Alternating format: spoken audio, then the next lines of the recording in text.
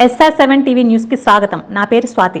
ఆదివాసీ నవనిర్మాణ సేన ఆధ్వర్యంలో మండల కేంద్రంలో మహిళలతో భారీ ర్యాలీ. ఆదివాసీ మహిళలకు రక్షణ కల్పించాలంటూ హోరెత్తిన నినాదాలు. కొమరంభీం ఆసిఫాబాద్ జిల్లా జైనూరు మండలంలో ఆదివాసీ మహిళలపై లైంగిక దాడి జరిపిన నిందితుడిని కఠినంగా శిక్షించి ఆదివాసీ మహిళలకు రక్షణ కల్పించాలని ఆదివాసీ నవనిర్మాణ సేన రాష్ట్ర అధ్యక్షులు కొర్సు నరసింహమూర్తి డిమాండ్ చేశారు. ఇటీవల ఆదివాసీ మహిళలపై జరిగిన లైంగిక దాడిని నిరసిస్తూ వెంకటాపురం మండల కేంద్రంలో ANS ఆధ్వర్యంలో శనివారం భారీ ర్యాలీ నిర్వహించారు. కొమరంభీం విగ్రహానికి ఆదివాసీ వీర మహిళలు పూలమాలలు వేసి ర్యాలీలుగా బయలుదేరి అంబేద్కర్ విగ్రహానికి పూలమాల వేసి మానవహారం నిర్వహించారు. అనంతరం పోలీస్ స్టేషన్ వరకు ర్యాలీగా వెళ్లి అనంతరం ASI రామచంద్ర నాయకులకు పలు డిమాండ్లతో కూడిన వినతి పత్రాన్ని సమర్పించారు. షేక్ ముగ్దుం పైన కేసు నమోదు చేయాలని కోరారు.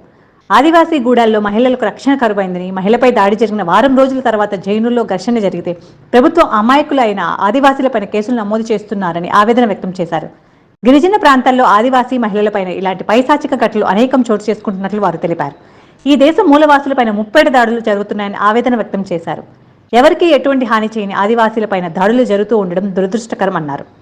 మహబూబ్ నగర్ జిల్లాలోని చెంచు తెగకు చెందిన ఆదివాసీ మహిళలను వారం రోజుల పాటు అత్యాచారం చేసి ఆమె రహస్య ప్రదేశాల్లో గాయాలు చేశారని అన్నారు. ఈశ్వరమ్మ పైన అత్యాచారం చేసిన దాడులు చేసిన దోషులు జాడ లేదన్నారు. 9 నెలల పాలనలో 1900 కేసులు రాష్ట్రంలో నమోదు కావడం దిగ్భ్రాంతికి గురి చేస్తోందన్నారు. SR7 TV news reporter Venkatapuram మండలం కంతి విజయ్.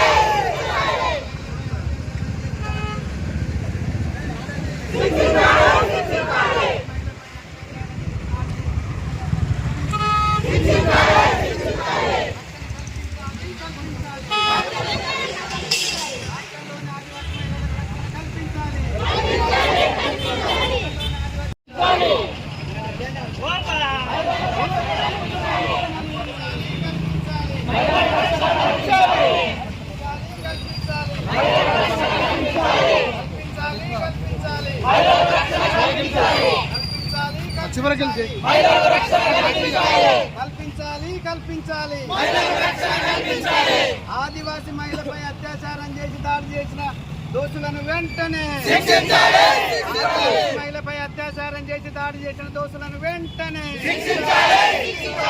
ఆదివాసీ మహిళపై అత్యాచారం చేసి దాడి చేసిన దోషులను వెంటనే ఆదివాసీ మహిళపై అత్యాచారం చేసి దాడి చేసిన దోషులను వెంటనే శిక్షించాలి శిక్షించాలి. రాష్ట్రంలోని మహిళలకు రక్షణ కల్పించాలి. రాష్ట్రంలోని మహిళలకు రక్షణ కల్పించాలి. రాష్ట్రంలోని మహిళలకు రక్షణ కల్పించాలి.